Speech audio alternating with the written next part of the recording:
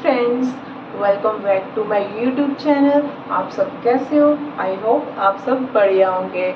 तो फ्रेंड्स, आज हम बात करेंगे स्पेशली इस इंसुलेटेड कॉफ़ी मग के रिगार्डिंग। तो ये मेरे हस्बैंड ड्यूटी के लिए लेके जाते हैं, इसमें चाय लेके जाते हैं। कॉफ़ी मग है बट इसमें सिर्फ और सिर्फ अभी तक चाय ही गई है उनकी ड्यूटी पे, उनके लिए प्लस उनके फ्रेंड्स के लिए। और इसमें हार्डली 2-3 कप ही आते हैं नॉर्मल साइज़ के। तो अगर इससे ज़्यादा क्वांटिटी में हमें चाय भेजनी हो तो फिर मैं बड़ी वाली बोतल में भेजती हूँ।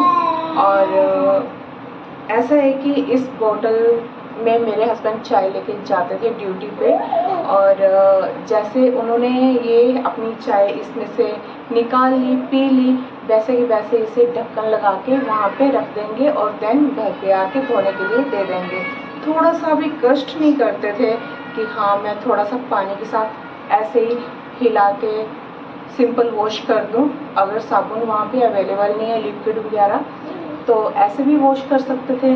तो इसमें क्या है कि उसका ये बेनिफिट रहना था कि बोतल में चाय वाली स्मेल नहीं रहनी थी। तो अब क्या है कि चाय वाली स्मेल इसमें ही छूट गई है। चाहे जितना मर्जी रगड़ रगड़ के इसको साफ करो बट फिर भी स्टिल इसमें चाय वाली खुशबू आती ही आती है। चाहे आप इसमें पानी स्टोर करके रखो, तो मेरे हस्बैंड अभी इसमें जब घर पे यूज़ करने हो तो इसमें गर्म पानी स्टोर करके रखते हैं और उसे पीते हैं। तो वो हंसी वाली बात तो ये है कि उस पानी में वही चाय वाली खुशबू आती है। चाय वाला फ्लेवर सिर्फ चाय में ही अच्छा लगता है, पानी वगैरह में पानी पीने का मन नहीं करता यार। वो फ्लेवर सिर्फ चाय में ही पीना सही लगता है। तो मेरे हस्बैंड कहते हैं तूने इसे ना अच्छे से वॉश कर देना बस। मैं कहती यार अच्छे से वॉश करिए, और कितनी ऐसे अच्छे से वॉश करो, कितनी बार रगड़ रगड़ के इसको अच्छे से साफ़ किया है, देखो कितनी साफ़ है। और फिर भी इसकी चाय वाली खुशबू इसमें से जा नहीं रही है। तो अब लास्ट ऑप्शन मेरे पास बचता है, जो कि इसको 2-3 धूप लगवाने के बाद आई होप इसमें से जो भी चाय की खुशबू है वो रिमूव हो जाएगी, और वही लास्ट ऑप्शन है। और उसके अलावा तो फिर देखते हैं, और भी आइडियाज़ हैं मेरे पास, देखते हैं। पहले तो मैं वही सनलाइट वाला, सन एक्सपोजर वाला इसका वही अप्लाई करूँगी, देन उसके बाद देखते हैं अगर नहीं गई तो। और मेरे हस्बैंड का जब भी मन हो चाय लेके जाने का, तभी वो अपनी ड्यूटी पे अपने लिए, अपने फ्रेंड्स के लिए चाय लेके जाते हैं। और कभी भी अगर मैं उनको बोलूँगी कि चाय ले जाओ, कॉफ़ी ले जाओ या फिर कुछ भी ले जाओ, तो वो कभी भी नहीं लेके जाएंगे, क्योंकि वो बहुत ज़्यादा नखरीलू इंसान है। तो इसलिए वो उनका जो मन करेगा वो वही लेके जाएंगे, नहीं मन किया तो कुछ भी खाने पीने का सामान नहीं लेके जाएंगे। और जो उनको खाना पीना होता है, जो लेके जाना होता है, वो उन्हीं के अकॉर्डिंग बनता है, उन्हीं के अकॉर्डिंग बनता है। मतलब ये है कि वही चीज़ मैं बनाती हूँ, वही खाने की आइटम बनाती हूँ, और वही लिक्विड में जैसे ये कॉफ़ी और चाय वगैरह होगी वही मैं बनाऊँगी। अदरवाइज़ मैं नहीं बनाऊँगी, उनका ऑर्डर आएगा तभी बनेगा, नहीं तो नहीं बनेगा। तो शादी से पहले मुझे बहुत ज़्यादा शौक़ था, मतलब शौक़ पाल रखा होता है कि हाँ मेरा मन करता था मेरी शादी होगी, मैं अपने हस्बैंड के लिए टिफ़िन में 3 आइटम्स भेजूँगी। एक सिंपल जो सब्ज़ी बना रखी है, और दूसरा रायता वगैरह या फिर जो भी कुछ भी, मतलब दही का रेड़ू जो होता है वो, और तीसरा फ्रूट्स वगैरह कट करके दूँगी, वो अलग टिफ़िन में। तो और लिक्विड में मैं उनको दूँगी नींबू पानी वगैरह बना के, या फिर नींबू पानी में नहीं बनाया तो कुछ और भी मज़ीदो वगैरह, बट वो घर पे ही पीने का मज़ा आता है, सिंपल नींबू पानी ही भेजती। तो ऐसा हुआ कि मेरे हस्बैंड इतने ज़्यादा नखरीले हैं, खाने में बहुत ज़्यादा वो हैं, उन्हीं के लिए मैंने ये सब सीखा है। तो खाने में बहुत ज़्यादा वो शौकीन है, कुछ भी उनको अच्छी अच्छी आइटम्स बना के खिलाते रहो, वो बहुत ज़्यादा मतलब खुश होते हैं खाने में। बट ये है कि लेने के टाइम पे वो ये कहते हैं कि हाँ ये कौन खाएगा, वो कौन खाएगा, ये नहीं खाते हैं, वो नहीं खाते हैं। खाते सभी हैं, इंसान ही खाते हैं और कोई नहीं खाता है, बट फिर भी नखरीलू हैं, नहीं लेके जाने का मन होता है उनका। तो अगर लेके जाना है उन्हें, सिर्फ 2 ही चीज़ें लेके जानी होती है ड्यूटी पे। अगर मॉर्निंग में लेके जा रहे हैं वो, तो उनको सिर्फ आलू प्याज वाले परांठे, और अगर उनको आफ्टरनून में या फिर इवनिंग डिनर में कुछ लेके जाना होता है तो सिर्फ वही पनीर की जाती इनको दिखाई देनी चाहिए, अदरवाइज़ वो सब्जी लेके ही नहीं जाएंगे। तो आप चाहे कुछ भी आइटम अच्छी से अच्छी बना के खिला दोगे, अच्छी से अच्छी बना के भेज दोगे, मेरे पतिदेव टिफ़िन ही छोड़ जाएंगे। वो बोलेंगे ये सब खाते नहीं है हमारे वहाँ पे ड्यूटी पे। मैंने बोला क्या खाते हैं, तो खाते क्या है, सिर्फ वही पनीर की प्रजाति, उसमें से चाहे आप दे दो कढ़ाई पनीर, शाही पनीर, और वही चिली पनीर, हाँ नाम ही याद नहीं आ रहा था, पता नहीं कितनी कितनी, और हाँ वो पालक पनीर, कुछ भी पनीर की प्रजाति खिला दो यार। मैं कहती हूँ यार, आपके कलीग्स वगैरह भी ये बात करेंगे कि यार तेरी बीवी को सिर्फ पनीर ही आता है बनाने, पनीर के अलावा कुछ नहीं आता बनाने, तुम्हारे घर पे कोई सब्जी नहीं बनती है। कहते हैं तेरे को बड़ा पता, वहाँ पे सिर्फ यही खाते हैं, इसके अलावा कुछ और नहीं खाते। बताओ यार, एक बीवी करे तो क्या करे, क्या बना के खिलाए अपने हस्बैंड के लिए। अगर मैंने उनके लिए कुछ भी सीखा है ना, तो बनेगा तो बस उन्हीं के अकॉर्डिंग ही, वही घिसा पिटा पनीर। और मैं पनीर से इतनी थक चुकी हूँ ना, मेरे को पनीर बिल्कुल भी पसंद नहीं रहा है। मतलब हर चीज़ में पनीर, चिली पनीर, कढ़ाई पनीर,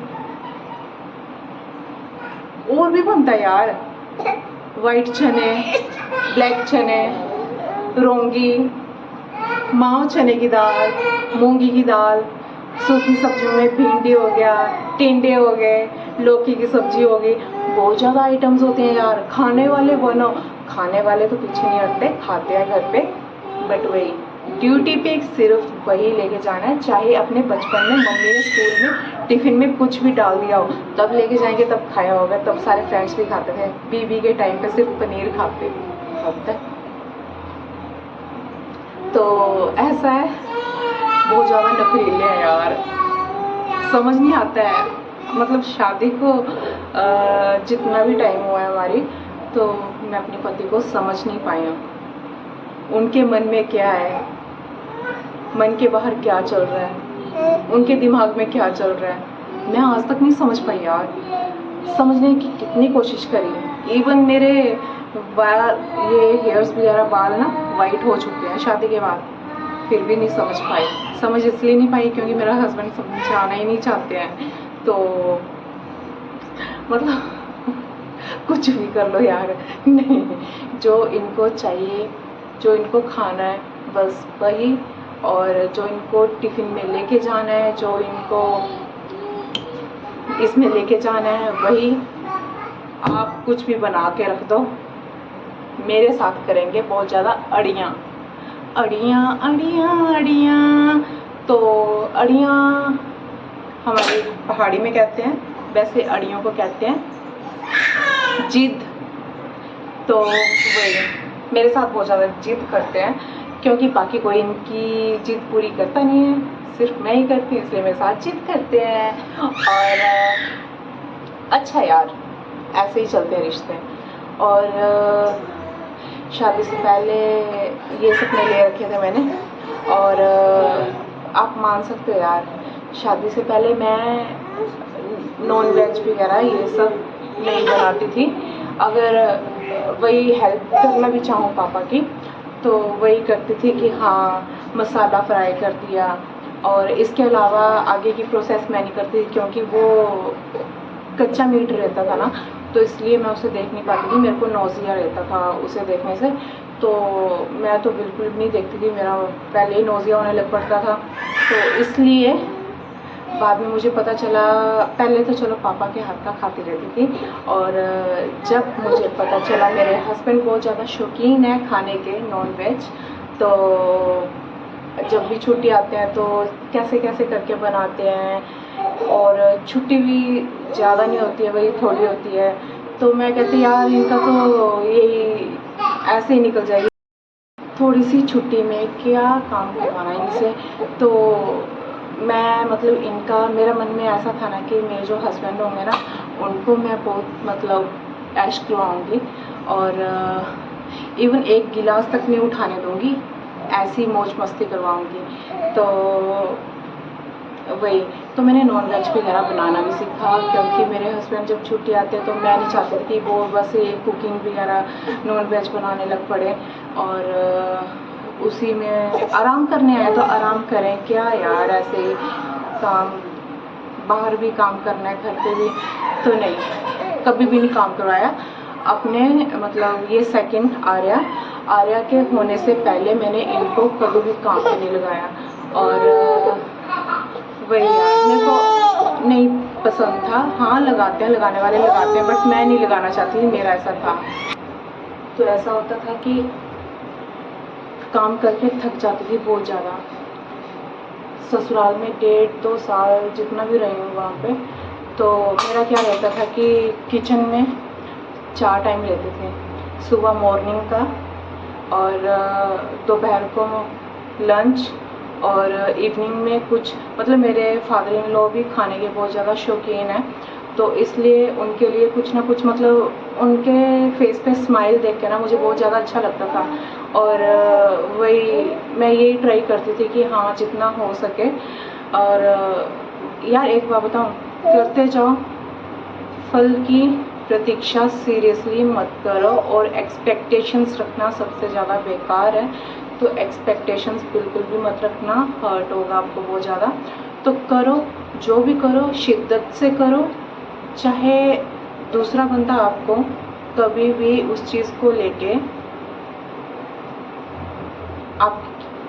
आपकी तारीफ़ ना करे, बट फिर भी करो ऊपर वाले के लिए। मेरा यही रहता है, मैं जो भी करती हूँ शिद्दत से करती हूँ। पहले उम्मीद होती है कि हाँ कोई पर्सन समझेगा, तारीफ़ करेगा, फिर जब ये सब होता नहीं है ना, लास्ट मेरा क्या होता है, जो भी कर रही हूँ अपने रब के लिए कर रही हूँ, अपने परमात्मा के लिए कर रही हूँ, तो बस उन्हीं के लिए करो। अब लास्ट में इस स्टेज पे आ चुकी हूँ मैं कि जो भी करती हूँ अपने भगवान जी के लिए करती हूँ, बाकी इंसानों से मुझे लेना देना ही नहीं है। तो मतलब हर कुछ करती थी, हर कुछ बनाती थी, और इवनिंग में वही कुछ ब्रेड पकौड़ा बना दिया, या फिर डोसा बना दिया, और कुछ भी यार, अभी मुझे आइटम्स याद नहीं आ रहे। हाँ मैगी के लिए तो क्या ही टाइम लगता है, उसको तो काउंट ना भी करो तो भी चलेगा। और ब्रेड पकौड़ा, डोसा और घ्योर, हमारे बाकी स्टेट वालों को आई डोंट नो पता है कि नहीं पता है, बट हमारे हिमाचल में जब भी शादियां होती हैं उस टाइम पे जो रिलेटिव्स हैं, मामा मासी बूजी, ये सब क्या करते हैं, लोड़क लेके आते हैं, मतलब वो लेके आते हैं यार, पाजी पूजी लेके आते हैं, जिसके घर पे शादी होती है, लड़का या लड़की के घर पे, और वो घ्योर वो सब लेके आते हैं, खुद से बनाते हैं। तो वो सब मैं बनाती थी, वो सब खिलाती थी वहाँ पे ससुराल में, और मुझे बहुत ज़्यादा पसंद है घ्योर वगैरह। और एक्चुअली पता नहीं मैं नाम सही ले रही हूँ उसका कि नहीं ले रही हूँ, बट हमारा लोकल तो यही यूज़ करते हैं कि क्योर यूज़ करते हैं, क्योर खाने कि नहीं खाने, तो हम यही वर्ड यूज़ करते हैं। आई डोंट नो आप सब क्या करते हो, वर्ड यूज़ क्या नहीं करते हो, कैसे प्रोनाउंसिएट करते हो, कैसे नहीं। तो वो सब बनाती थी, और वो सारी आइटम्स बनाती थी खाने वाली। और उसके बाद डिनर की तैयारी, हाँ जब इवनिंग का बनाती थी तब साथ में चाय वगैरह भी, और रात को डिनर की तैयारी। तो ऐसे ही पूरा दिन खड़े खड़े, और फिर हस्बैंड से बात होती नहीं थी, कभी होगी कभी नहीं होगी, कभी होगी तो हफ्ते बाद, कभी होगी तो 20 दिन बाद, 15 दिन बाद, ऐसे ऐसे करके बात होती थी। और बस मैं अपना मन कैसे लगाए रखती थी, घर के कामों में साफ़ सफाई कर ली, फिर पूरा दिन किचन में खड़े रहे, किचन का काम करते रहे, और ये जाले जूले साफ़ कर लिए, फिर घर की सेटिंग कर ली, सेटिंग चेंज करती रहती। मेरे को एक वो बहुत गंदी मेरी बात है कि मैं बहुत जल्दी अपना मतलब सेटिंग चेंज करती हूँ, रूम वगैरह घर वगैरह की, और अगर मुझे सही ना लगे तो मैं चेंज कर देती हूँ, नहीं तो थोड़े टाइम के लिए रखती हूँ अगर सही लगे मुझे। तो ये सब करती रहती है। मेरा टाइम कब निकल जाता है कब नहीं मुझे पता ही नहीं चलता था। और रात को मतलब ऐसा है कि बात होती नहीं थी, हस्बैंड से कॉल भी नहीं आती थी, और उम्मीद होती थी कि हाँ शायद आज बात होगी, थोड़ी देर बाद बात होगी, ऐसे ऐसे करके हर एक सेकंड्स का मुझे इंतज़ार होता था अपने हस्बैंड की कॉल का, कि मैसेज आएगा, कॉल आएगी, बात होगी। और जब पता है बात होती थी ना, बहुत ज़्यादा दुख वाली बात है यार, जब बात होती थी ना, हेलो हेलो ऐसे में नेटवर्क चला जाता था मेरे हस्बैंड का, और तब भी बात नहीं होती थी। फिर से वही इंतज़ार करो, हफ्ते का, 10 दिन का, 15 दिन का, 20 दिन का, महीने का, ऐसे ऐसे करके यार बात ही नहीं होती थी। नई नई शादी थी, मैंने पता क्या सपने लिए थे, मैं अपने हस्बैंड के साथ रहूँगी, और स्टार्टिंग में क्या था कि पॉसिबल था नहीं मेरे हस्बैंड को मुझे साथ में अपने साथ में रखने का। तो इसलिए 1.5-2 साल मैंने जैसे तैसे ससुराल में रही, और जैसे तैसे मतलब अच्छे से रही, ऐसा नहीं है जैसा तैसा, मतलब वर्ड में से गलती से यूज़ हो गया, फ्लो में यूज़ हो गया। और वही 1.5-2 साल रही वहाँ ससुराल में। और मेरी मदर इन लॉ, वही मेरी ननद का मेरी शादी के 3-4 महीने बाद उनका मतलब एबॉर्शन हो गया। तो फिर वही मम्मा मैक्सिमम टाइम दीदी के साथ ही रहे तब तक, और वही मैं और पापा अकेले होते थे, मेरे ससुर जी। तो कभी वही मम्मा आएंगे सासू माँ घर पे, तो वही 2-3 महीने में आएंगे, 1 हफ्ते के लिए, बस बीच बीच में आते रहे, कंटिन्यूसली वहीं पे रहे। और अभी तो मम्मा साथ में ही है, मेरी आर्या होने के बाद मम्मा अपने घर पे ही रहते हैं। और पहले मेरी बेटी के होने से पहले तो वही फिर बॉम्बे में रहे थे मम्मा हमारे साथ 5-6 महीने के लिए, और उससे पहले दीदी के साथ रहे हैं। तो हमारे साथ जब रहे हैं तो वही मैंने बोला अगर मेरे पास आना है तो प्लीज़ दोनों जोड़े साथ में, मतलब जो जोड़ा है मम्मा पापा वो दोनों साथ में आना, अकेले तो बिल्कुल भी मत आना मेरे पास, क्योंकि मैं नहीं चाहती किसी कपल को मैं अलग करूं। मेरी ऐसी सोच है कि कपल्स को अलग नहीं करना चाहिए, और हमारे लिए कोई क्या सोचता है वो मुझे मतलब नहीं है, वो मेरे भगवान जी सोचने वाले हैं, और भगवान जी देख रहे हैं सब। पता है जब मैं अपने हस्बैंड के साथ रहती हूँ ना, बहुत सारे लोगों को प्रॉब्लम्स हो जाती हैं, जो घर वाले लोग हैं अपने आस पड़ोस वाले, तो उनको सबसे ज़्यादा प्रॉब्लम होती है अगर मैं अपने हस्बैंड के साथ यहाँ पे आ जाती हूँ। और मुझे तो एक होता है ना कि हाँ लेडीज़ का तो काम ही ये होता है, लड़कियों का काम ही ये होता है, जे फैक्टर होता है। लेकिन यार एक लड़का भी ऐसा है, इतना जेलस खोर है ना, वो उसका काम भी यही है कि हाँ प्रिया चलेगी तो गई कैसे, प्रिया तो सबसे ज़्यादा मौज मस्ती कर रही है। तो यार अगर हम तुम्हारे लिए बुरा नहीं सोच रहे तो तुम हमारे लिए क्यों बुरा सोच रहे हो। चलो खैर, सोच रहे हो तो भगवान देने वाला है, सब राजी खुशी रहें, तो हमें उससे कोई मतलब नहीं है। मतलब एक है कि हाँ अपने कृष्णा जी पे सब कुछ छोड़ के बैठी हूँ मैं, वो सब देखेंगे, वो सब कुछ करेंगे मेरा। तो अगर मैं बैठी हूँ यार, अगर मैं किसी और कपल को अलग नहीं करना चाहती, इवन वो मेरे सास ससुर ही क्यों ना हो, उनको अलग नहीं करना चाहती, तो यार तुम मुझे अलग करके क्या खुशी हासिल करना चाहते हो। तो छोड़ो। तो मैंने बोला कि जब भी आना मम्मी पापा आपको तो साथ में ही आना। और जब मेरी डिलीवरी का टाइम था तब मेरी मम्मी को स्कूल में हॉलीडेज़ हो रखी थी। मेरी मम्मा टीचर हैं और पापा लेक्चरर, हिस्ट्री लेक्चरर रिटायर्ड है। तो पापा रिटायर हो चुके हैं, बट उन्होंने साइड बाय अपना काम चलाया हुआ है। और वही मम्मी पापा को भी बोला कि आप अकेले बिल्कुल भी मत आना, अगर आना होगा तो दोनों साथ में ही आना। तो फिर सभी को जब भी बुलाती हूँ साथ में ही बुलाती हूँ कपल्स को। और फिर आए मम्मा पापा, मेरी डिलीवरी हो गई, मेरी छोटी सी बेबी गर्ल। ये तो मेरे लिए गॉड गिफ्ट है सीरियसली, और मेरा बेटा भी। और दोनों के टाइम पे मैंने रामचरितमानस पढ़ी हुई है और गीता पढ़ी हुई है। तो मुझे ऐसा लगता है कि ये जो दोनों हैं ना आज के टाइम पे मेरे पास, ये दोनों छोटे छोटे बेबीज़ मेरे लिए भगवान का रूप ही है एक तरह का। और गॉड गिफ्ट इसलिए है क्योंकि कृष्णा जी की वजह से ये सब मेरे पास हैं, भगवान जी की देन है सब। और आज के टाइम पे बच्चे भी होना बहुत ज़्यादा मुश्किल है, जो आज का टाइम चला हुआ है। तो मेरे लिए तो हैं ये दोनों गॉड गिफ्ट। और परेशान करते हैं, तभी ऐसे लेटा के रखी हुई है छोटी सी बेबी, देखो कैसे सोई हुई है। बट इसे नीचे लेटाऊंगी ना बिल्कुल भी नहीं सोएगी। तो यार सच में बताऊं, चाहे जितना मर्जी बच्चों के साथ मुश्किल होता है काम करना, बट फिर भी बच्चों के बिना दिल बिल्कुल भी नहीं लगता है। और पहले मैंने आर्या ली हुई थी, अब मेरे पति देव अपना पैक शेक लगाने बैठ गए हैं। तो दोनों चुन्नू मुन्नू मैंने उन्हीं के पास सौंप दिए कि पैक लगाना है तो बच्चे भी संभालो। तो ऐसा है, क्योंकि मुझे बनाना है ब्लॉग। मैं सुबह से इंतज़ार कर रही हूँ, बच्चे बनाने नहीं दे रहे हैं यार। कितनी बार डिलीट किया है क्योंकि बच्चे बीच में अपना रोना धोना स्टार्ट कर दे रहे हैं। तो इसलिए मैंने अपने हस्बैंड को बोला यार प्लीज़ साथ में पैक लगा लो, बच्चे भी देखो, उनको कुछ देते रहो खाने के लिए ताकि मैं अपने YouTube फैमिली के लिए भी थोड़ा सा टाइम निकाल पाऊँ। तो ऐसा है कि यार काम करके थक जाता है बंदा, पूरा काम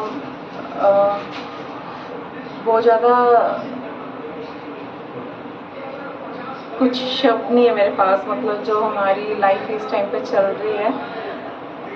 बट जो भी है, जैसे भी है, जो भी हो रहा है, जो हम कर पा रहे हैं वो सब आज के टाइम हम कृष्णा जी के, भगवान जी के हेल्प के बिना बिल्कुल भी नहीं कर पाते, क्योंकि सब ये भगवान जी अपना चमत्कार के थ्रू ही कर रहे हैं। क्योंकि यार जिस हिसाब से ये इतना काम रहता है ना, बता भी नहीं सकती। अगर काम बताने लगी तो कुछ ऐसा ना सोचें कि हाँ लाइक्स वगैरह लेने के लिए ये सब बात कर रही है, तो ऐसा बिल्कुल भी नहीं है। जो मेरी दिल की बात है ना वो मैं कर नहीं पाती हूँ खुल के किसी के साथ। तो मुझे ये बेस्ट ऑप्शन लगा है कि अपना ब्लॉग्स वगैरह, अपने शॉर्ट्स वगैरह जो भी हैं यूट्यूब पे, वो सब उसके थ्रू अपनी फीलिंग्स शेयर करूं। क्योंकि ये जो बातें हैं ना यार, कोई भी ध्यान से नहीं सुनता है। तो मुझे ऐसा लगता है कि ये बातें ध्यान से सुनी जानी चाहिए। और क्योंकि मैं फील करती हूँ, इसलिए मुझे ऐसा लगता है कि ये बातें ज़्यादा इम्पोर्टेंट हैं मेरे लिए। और जो भी है, जैसे भी है, सब कुछ अच्छा है, भगवान जी की कृपा है। और जो बुरा हो रहा है, बस ये सोचो कि हाँ जो भी बुरा हो रहा है हमारे पिछले जन्मों का कुछ ऐसा हिसाब है, वो हमें चुकता करना है इस जन्म में। तो ये सोच के हाँ दुख लगता है, बुरा जो हो रहा है उसके लिए दुखी होता है मन। और कुछ वर्ड्स भी नहीं होते हैं कि हाँ एक्सप्लेन कर सकें अपनी उस बात को, अपनी दर्द को, अपनी पीड़ा को। बट फिर भी जब ये सब नहीं हो पाता है ना, तो आप एक चीज़ सोचिए हमेशा कि हाँ जो हो रहा है ना वो हमारे कर्मों की सज़ा है, जो गलत हो रहा है उसके लिए। तो जो है वो हमें हिसाब चुकता करना ही है, चाहे आज करो चाहे कल करो, तो इससे बेटर है जो भगवान जी ने लिख रखा है उसके अकॉर्डिंग हो तो ज़्यादा बेस्ट है। और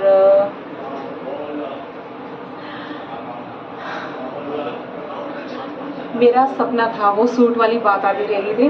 मेरा सपना था कि शादी के बाद में मेरे पास बहुत सुंदर सुंदर कलेक्शन थी सूट्स वगैरह की, और मेरे इन लॉ साइड से भी बहुत अच्छी कलेक्शन थी। मेरी ननद और मेरे नंदोई जी, मतलब मेरे जो ननद के पतिदेव हैं, वो जीजू, मतलब वो सब गए थे सिलेक्शन के लिए मेरे सूट्स वगैरह लेने के लिए, शादी के सूट्स वगैरह। तो बहुत ज़्यादा अच्छे सूट और बहुत अच्छी उन्होंने कलर्स सिलेक्ट करे हुए थे, और मुझे तो बहुत पसंद थे। बट ये कि स्टिच करवाने वाले थे, इसलिए मैंने सोचा यार शादी से बाद मोटी होगी तो इतने महंगे महंगे सूट ख़राब हो जाएंगे। इवन जो मायके वाले भी थे, कुछ मायके वाले तो मैं मैक्सिमम सिलवा के लाई थी, और मैक्सिमम मैंने शॉपिंग करी थी ऑनलाइन वाली। तो वही मैंने सोचा कि ज़्यादा सिलवा के ज़्यादा स्टिच करवा के रखूँगी तो वही वेस्टेज ऑफ मनी वाला काम है। तो इससे बेटर है कि जितनी ज़रूरत है उतना ही करती हूँ। शादी के बाद होता है कि हार्मोनल चेंजेस होती हैं, उसकी वजह से कुछ फीमेल्स, मैक्सिमम फीमेल्स मोटी हो जाती हैं। तो मेरा ऐसा था नहीं, बट वही देखने वाला पास में है नहीं। मेरी फिगर तो वैसी की वैसी थी, पतली वाली, जैसे मेरी शादी से पहले थी। तो हस्बैंड पास में थे नहीं, पहन के अच्छे अच्छे सूट किसको दिखाती।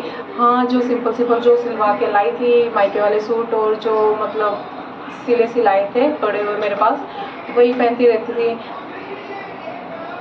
हस्बैंड के साथ रहते हो ना, तब ये रहता है कि हाँ आज नया सूट पहनूंगी, बाहर जाऊंगी, फ़ोटोशूट करूंगी। मेरा तो मेन यही मकसद होता है कि हाँ फ़ोटोशूट करना है। मेरी फ़ोन की मेमोरी फुल रहती है हमेशा फ़ोटोज़ क्लिक करके, और क्योंकि मेरे को फ़ोटोज़ मेमोरीज अपनी स्टोर करके रखना बहुत ज़्यादा पसंद है। वो डिलीट हो जाए किसी कारण से तो वो अलग रीज़न है, बट मैं अपनी तरफ से कोशिश करती हूँ कि हाँ मेरी मेमोरीज़ स्टोर करके रखूँ, मैं अपनी सेव करके रखूँ।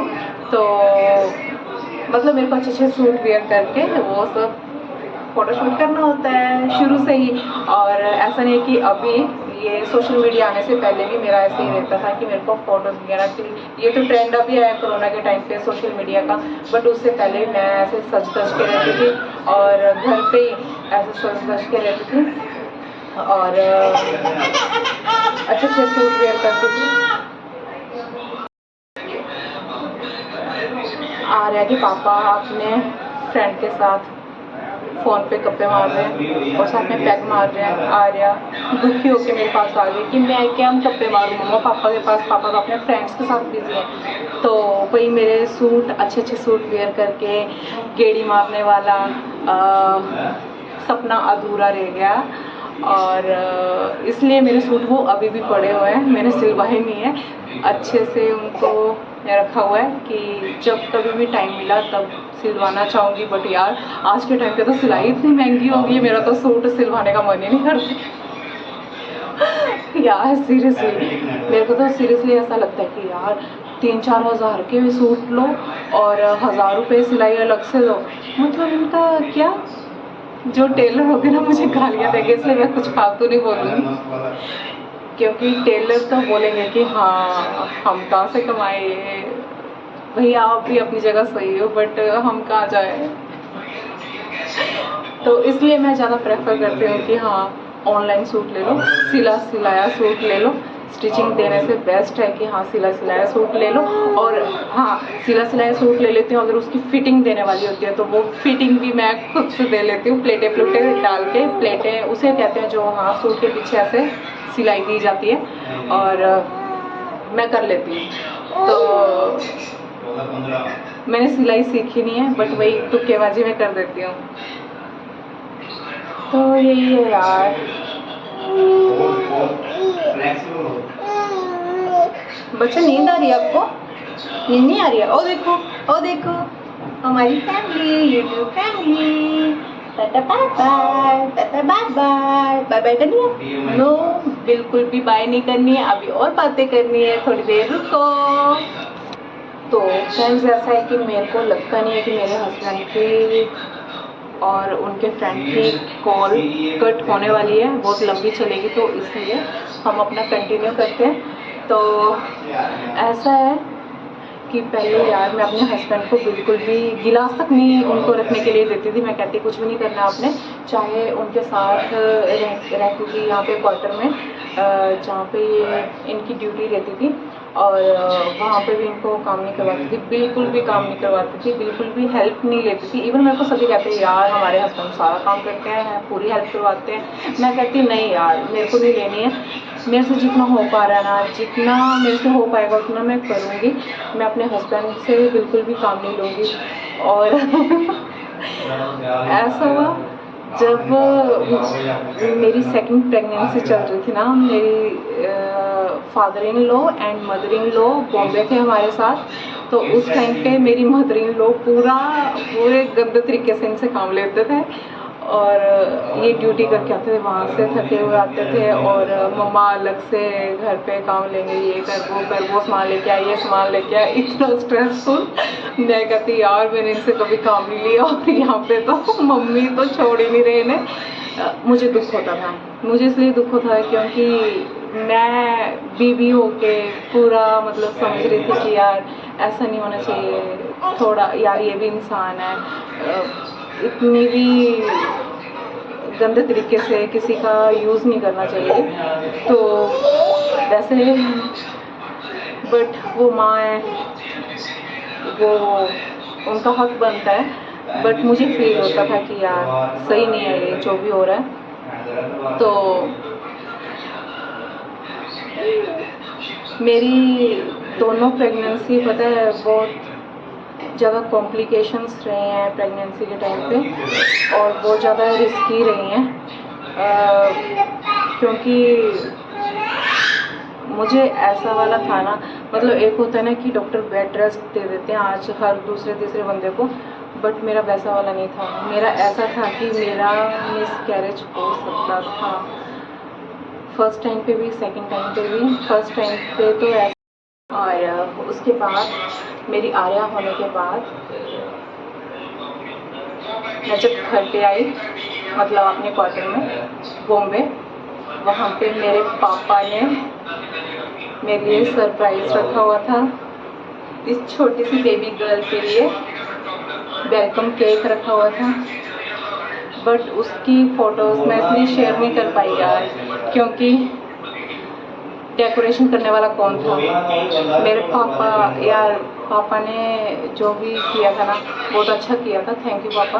और डेकोरेशन करने वाला कोई था नहीं, और जो भी वहाँ पे रह रहे थे मेरे अलावा वो सारे गंद में भी रह लेते हैं यार, मेरे को नहीं पसंद वो सब फ़ोटोज़ वगैरह शेयर करके। तो मेरे को थोड़ी सी अच्छी सी सेटिंग करके, मैं तो सोच रही मैं कर लेती, लेकिन यार मेरे स्टिचेस इतने दुख रहे थे ना, तो बहुत बुरी हालत होती है। इवन मेरा फर्स्ट और ये जो है कि मैंने केक वगैरह कट किया, फ़ोटोज़ वगैरह सेव करके रखी हुई हैं, और शेयर नहीं कर पाई। वही डेकोरेशन नहीं करी हुई थी यार, मेरे हस्बैंड वही कर बैठे डेकोरेशन, और मुझे बहुत अच्छा लगा। मुझे एक्सपेक्टेड नहीं था कि हाँ कोई करेगा ये सब वेलकम केक वगैरह, बट मेरे दिमाग से ये निकल गया था कि हाँ पापा अगर हॉस्पिटल में बैठे हुए हैं, अगर हॉस्पिटल में मम्मा पापा दोनों बैठे हुए हैं मेरे, तो तब भी उन्होंने मेरे हस्बैंड को बोल रखा था कि हाँ केक देख लेना अच्छा वाला, और वो प्रिया जब आएगी तब हम कट करेंगे। यार यही यादें होती हैं जो सेव करके रखनी होती हैं। और उसके बाद मेरे मम्मी पापा मेरी डिलीवरी के बाद 1 हफ्ते बाद चले गए थे। मम्मी की छुट्टियां ख़त्म हो चुकी थी, शायद मुझे याद नहीं अभी इतना, हो चुकी थी नहीं, हाँ 1-2 दिन बचे थे छुट्टियां ख़त्म होने को, तो इसलिए मम्मा चले गए थे। और इसलिए वही मम्मा पापा वही एक हफ्ते के लिए ही रुके हैं बॉम्बे में, और चले गए थे उसके बाद। और मुझे वही उसके बाद 16 दिन के बाद ही, 16-19 दिन के बाद ही ट्रैवल करके ट्रेन से इतनी दूर अपनी छोटी सी बेबी गर्ल को घर पे लेके जाना पड़ा। फिर से वही मायके का दाना पानी लिखा हुआ मायके में छोड़ दिया। और यार कुछ लड़की होती है ना, उनको मायके जाना होता है। मैं सच बताऊं तो मैं शादी के बाद ऐसा सोच के आई थी कि हाँ, मतलब जितना भी है शादी से पहले वो मम्मा पापा और भाई का होकर इकट्ठे रहना है पूरे के पूरे, और शादी के बाद सिर्फ और सिर्फ अपने पति का और अपने सास ससुर और अपनी ननद वगैरह जो देवर जेठ जो भी होंगे। बट ऐसा है कि मेरी सिर्फ ननद है, मेरे देवर जेठ नहीं है, वो चाचा चूचा है।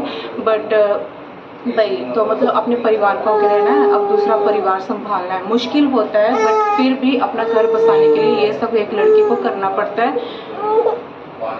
आगे का परिवार देखना ही पड़ता है, पीछे के परिवार के साथ थोड़ा करना ही पड़ता है। मुश्किल बहुत ज़्यादा होता है, वो मेरे से ज़्यादा मुश्किल और मेरे से ज़्यादा दुख आई डोंट नो कोई समझ सकता है किसी और का दुख।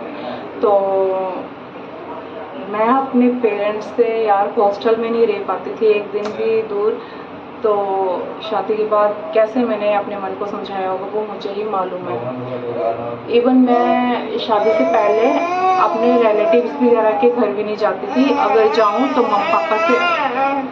अगर मम्मी पापा के साथ फ़ोन पे बात कर लूँ तो तभी रोने लग पड़ती थी, और मम्मी पापा को कहती थी कि मुझे लेने आ जाना, और नहीं भी बोलूं तब भी मम्मी पापा लेने आ जाते थे। सोचो कैसे एडजस्ट किया होगा मैंने, कैसे करके अपने मन को समझाया होगा। इसलिए समझाया ना क्योंकि मेरी मम्मा ने ये बोला कि अब अपना अगला घर संभालना है तुझे। तो हमारी फैमिली में ये रूल है कि शादी के बाद सिर्फ और सिर्फ ज़्यादा प्रायोरिटी जो पहले बेटी को दी जाती है वो सिर्फ और सिर्फ बहू को दी जाती है बाद में, और बेटियों को उन नॉर्मल ही मतलब बहुओं से कम रखते हैं। हाँ, मेरे मायके में बहुओं से कम रखते हैं, मतलब बहुओं से ज़्यादा प्रायोरिटी और बहुओं के बराबर की प्रायोरिटी आपको मिलेगी ही नहीं। और मेरे ससुराल में ये सब ऑपोजिट है, वहाँ पे सिर्फ बेटियों को प्रायोरिटी दी जाती है। और मैं तो दोनों साइड से पिस रही हूँ। और फिर 19 दिन बाद हम घर पहुंच गए मेरे मायके में। मेरे भैया हमें लेने आए थे। मेरे मम्मी पापा, भैया भाभी और मेरे गांव के चाचू हैं, वो ये मतलब सभी 2 गाड़ियाँ लेके आए थे। तो क्योंकि मेरे सास ससुर भी थे साथ में, और हम चारों, मैं, मेरे हस्बैंड और दोनों बच्चे।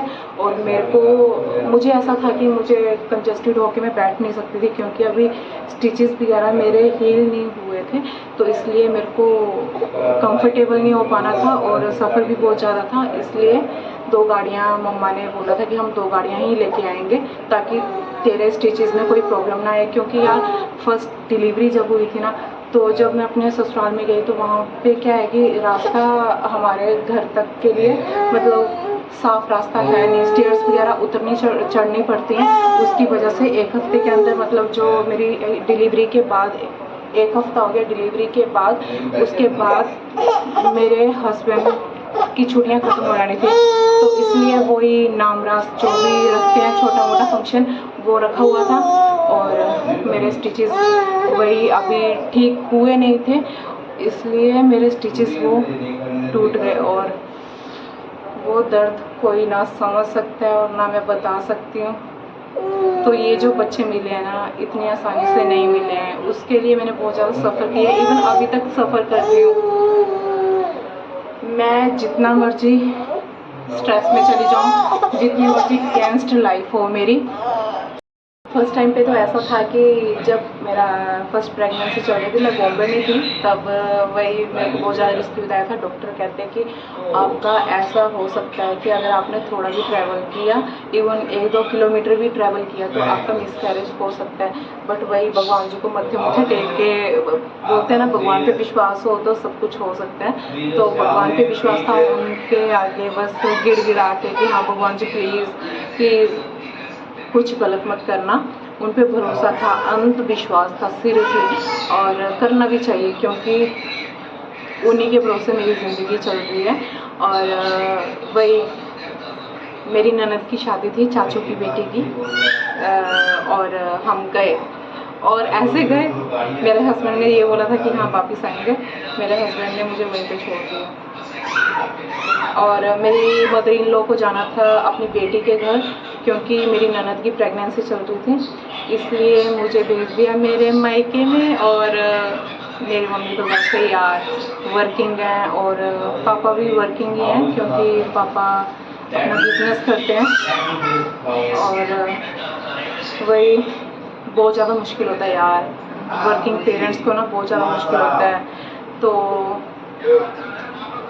जैसे तैसे करके फर्स्ट डिलीवरी वगैरह सब कुछ किया। 2-3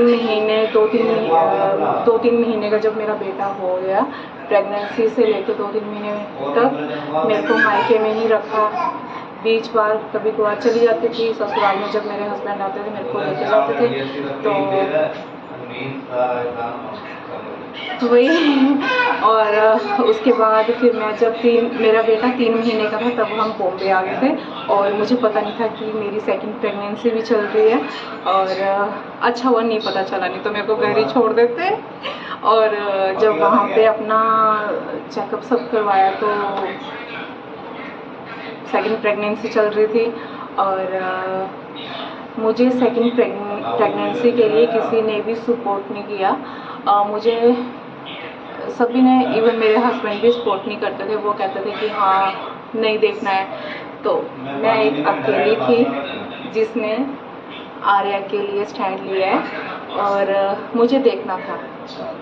मुझे इसलिए देखना था कि क्योंकि मैं पाप नहीं ले सकती, इसलिए मुझे देखना था। और अपनी मम्मा से शेयर किया तो मेरी मम्मा ने भी यही गाइड किया कि अगर है तो एबॉर्शन करवाना सही नहीं है, कर लेंगे जैसे तैसे कर लेंगे मैनेज। और अच्छा किया मैंने देख लिया उस टाइम पे, क्योंकि जिस तरह से मेरी स्ट्रेसफुल लाइफ चल रही है उस हिसाब से मैं दूसरा केस कभी भी नहीं देखती। तो मैंने जो भी किया, मतलब जो भी अपना डिसीज़न लिया वो सही था, क्योंकि मुझे बेबी गर्ल भी चाहिए थी, अपनी लक्ष्मी भी चाहिए थी, और स्पेशली अपनी लड़की पाने के लिए यार, मतलब बेटी के लिए ना। मैंने पंडित जी को बोला कि भैया आप मुझे ये बताओ कि अगर कोई माँ लड़की ही चाहती है कि उसकी लड़की हो तो उसके लिए क्या करना चाहिए, क्योंकि होता ना ऐसे हमारे टिप्पणे वगैरह देखते हैं तो, और ऐसे भी तुक्के मारते हैं, ये पता नहीं लड़कों का सर वगैरह देख के लेडीज़ वगैरह तुक्के मारती हैं कि हाँ ये होगा वो होगा। मेरे को डर बैठ गया था यार, दूसरा भी लड़का होगा मैं तो पागल हो जाऊँगी। तो मुझे लड़की का शौक़ है, मेरे को दोनों का शौक़ है, तो मुझे दोनों बच्चे देने चाहिए भगवान को, और सभी को देना चाहिए। तो मैंने पंडित जी से पूछा, पंडित कहते हैं वैसे तो कुछ भी नहीं होता है, लेकिन हाँ अगर तुझे करना है तो दुर्गा चालीसा पढ़ लिया अगर। तो मैं वो पढ़ती थी, और सच्ची में दुर्गा मैया मेरे को छोटी सी दुर्गा दे दी। और दुर्गा चालीसा पढ़ी मैंने।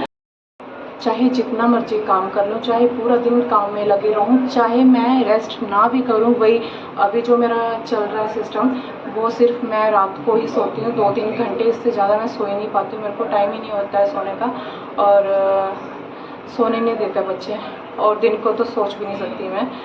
तो ऐसा है कि उस हिसाब से मेरी बॉडी इस टाइम पे, मैं बिल्कुल पतली पतली ऐसे हो गई होती, बट मेरे को इस टाइम पे मेरी बॉडी में ऐसी प्रॉब्लम्स आ चुकी हैं। मेरे को थायराइड हो गया फर्स्ट डिलीवरी के बाद, फर्स्ट प्रेगनेंसी में ही हो गया था, और सेकंड डिलीवरी के बाद मेरे को पीसीओडी हो रखा है। दोनों बीमारियां ऐसी हैं मोटे होने वाली, चाहे आप जितने मर्जी टेंशन में हो, चाहे आप जितने मर्जी काम में बिजी हो, जितना मर्जी आप मतलब पहाड़ भी तोड़ दोगे ना, पहाड़ भी खोद दोगे ना, फिर भी आप मोटे के मोटे होते जाओगे, पतले कभी नहीं होगे। चाहे आपको खाने का टाइम भी नहीं मिल रहा है फिर भी आप मोटे होते जाओगे।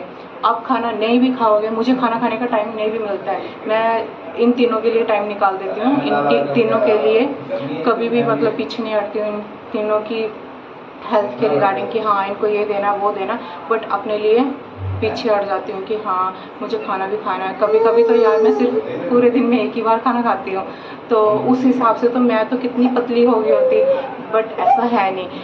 जो ये प्रॉब्लम्स मुझे हो रखी हैं पीसीओडी और ये थायराइड वाली, इसमें मोटे ही होते हैं, तो मैं तो पतली हो ही नहीं सकती, चाहे जितना मर्जी दुनिया का पहाड़ खोद दूँ, बट फिर भी पतली नहीं होने वाली। मोटी की मोटी होती जा रही हूँ काम करते करते भी। तो सोचो जब मैं बैठ के आराम करूँगी तो मैं बिल्कुल कद्दू बन जाऊँगी तो ऐसा है यार, मेरी ज़िंदगी ऐसे ही है। और हाँ, आर्या जब 3.5 महीने की होगी, उसके बाद फिर से मेरे हस्बैंड आए मुझे लेने। मैंने बोला यार प्लीज़ ले जाओ, क्योंकि मुझे ना सच्ची में मुझे शादी के बाद मायके में रहना शर्म आती है। लोग भी सोचते होंगे कि यार क्या है मायके में पड़ी रहती है। मैं पढ़ना नहीं चाहती, बट मुझे छोड़ दिया जाता है वहाँ पे, ऐसा है। और जब मैं मेरे हस्बैंड आए तब फिर मैं फिर से ससुराल गई। तो ऐसा है यार मेरे साथ, ऐसा है। फिर मैंने अब अपने हस्बैंड को बोला कि यार ले जाओ अपने साथ में, और फिर हम यहाँ पे आ गए। तो अब जैसे तैसे करके हम दोनों संभाल रहे हैं बच्चे। मेरे हस्बैंड ड्यूटी चले जाते हैं, पीछे से मुझे सब देखना पड़ता है। ये दोनों अफलातून ना बहुत ज़्यादा ख़राब है। तो जो भी है जैसा भी है बहुत अच्छा है। और स्पेशली मैं थैंक यू बोलना चाहूँगी अपने कृष्णा जी को। थैंक यू भगवान जी, और thank you so much friends, आपने इतना टाइम निकाला, अपना कीमती टाइम निकाला मेरी वीडियो वॉच करने के लिए। और अभी के लिए ये काफ़ी हो गया, बहुत ज़्यादा हो गया, बहुत ज़्यादा बातें कर ली आज हमने। तो bye bye, thank you so much. Arya से बाय बाय कर दो, बाय बाय, फ्लाइंग किस, और बाय बाय।